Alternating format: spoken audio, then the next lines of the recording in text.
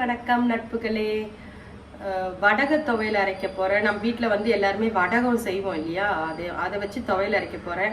ஆனால் நான் போட்ட வடகெல்லாம் தீர்ந்துச்சு. பட் அந்த இன்க்ரீடியன்ஸை வச்சே நான் வந்து வடக துவையல் மாதிரி அரைக்க போகிறேன். தேவையான பொருட்கள் வந்து 1/2 டீஸ்பூன் கடுகு, கொஞ்சமாக வெந்தயம், ஒரு 20லேருந்து 25 வெந்தயம், 1/4 ஸ்பூன் ஜீரகம், 1/4 ஸ்பூன் உடைச்ச உளுத்தம்பருப்பு, இத்தனூண்டு பெருங்காயம், ஒரே ஒரு பெரிய பல் பூண்டு, 8-9 சின்ன வெங்காயம், 4 காஞ்ச மிளகா, அரை மூடியில் பாதி தேங்காய், உப்பு, புளி, ஒரு சிட்டிகை மஞ்சள் பொடி, எண்ணெய் வந்து ஒரு 1/2 டேபிள் ஸ்பூன் நல்லெண்ணெய் விற்றுருக்கேன். இப்போ ஒன்றொன்றுத்தையும் போட்டு நம்ம தாளிச்சிக்கலாம். எண்ணெய் காஞ்சிருக்கு. கடுகு லேசாக பொரிய ஆரம்பிச்சதுக்கப்புறமா வெந்தயம், அதுக்கப்புறமா உளுத்தம்பருப்பு,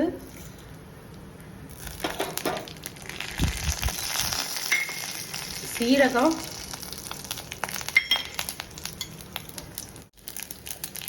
பெருங்காயம்,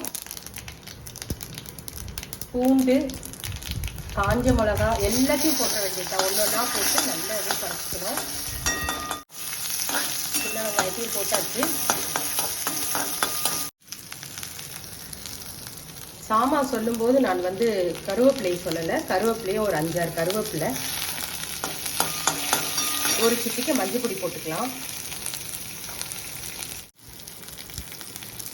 கொஞ்சமாக மஞ்சள் பொடி ஒரு சிட்டிக்கு.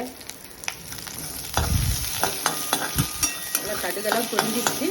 நல்லா வதக்கிக்கலாம். நல்ல ருசியாக இருக்கும், நாக்குக்கு நல்லா பிடிக்கும். இந்த உடம்பு சரியில்லை, இப்போ கிளைமேட்டே ஒரு மாதிரி மழை, வெயில், பனி மாறி மாறி இருக்குது. எல்லாருமே சிக்காயிடுறோம். நாக்குக்கு ருசியே தெரிய மாட்டேங்குது. சுடுகஞ்சி, பச்சரிசியில் சுடுகஞ்சி வச்சுட்டு இந்த துவையில் கெட்டியாக அரைச்சிட்டு சாப்பிட்டா அவ்வளோ நல்லாயிருக்கும். ஆறின உடனே அரைச்சிட்டு பார்க்கலாம். மிக்சியில் அரைச்சி எடுத்தாச்சு துவையில். கஞ்சி குக்கரில் ரெடி, சாப்பிடலாம் வாங்க. பச்சரிசியில் வந்து சுடுகஞ்சி துவையில் அரைச்சிருக்கேன் கெட்டியாக. இந்த மாதிரி உடம்பு சரியாத டைம்லலாம் இந்த மாதிரி கஞ்சும் துவையிலும் ரொம்ப நல்லாயிருக்கும். நீங்களும் எல்லோரும் வீட்டில் செய்வீங்கன்னு நினைக்கிறேன்.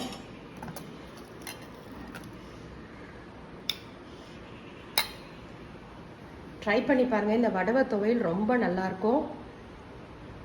பிடிச்சிருந்தா லைக் பண்ணுங்கள், சேனலை சப்ஸ்கிரைப் பண்ணுங்கள். அடுத்த வீடியோவில் பார்க்கலாம். பாய்.